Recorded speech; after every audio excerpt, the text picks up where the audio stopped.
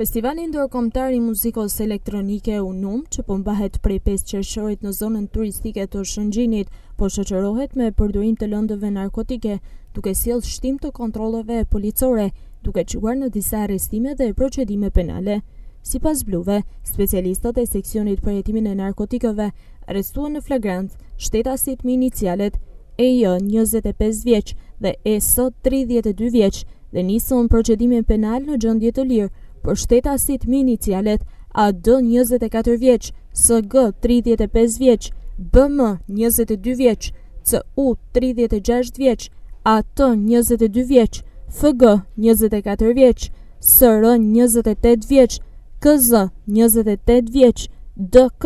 38 vjeç, ES 30 vjeç, FA 35 vjeç dhe SA 34 vjeç. Gjatë kontrollit fizik të tyre dhe të automjeteve që këta shtetas lëviznin, shërbimet e policisë gjetën dhe sekuestruar në cilësinë e provës materiale doza me lëndë të dyshuara narkotike, kanabis, ekstazi, kokain dhe MDMA, të cilat janë sekuestruar në cilësinë e provës materiale. Drejtoria vendore e policisë në Lezhë bën me dije se kontrollet do të jenë të vazhdueshme dhe nuk do të ketë tolerime ndaj shkelësve të ligjit.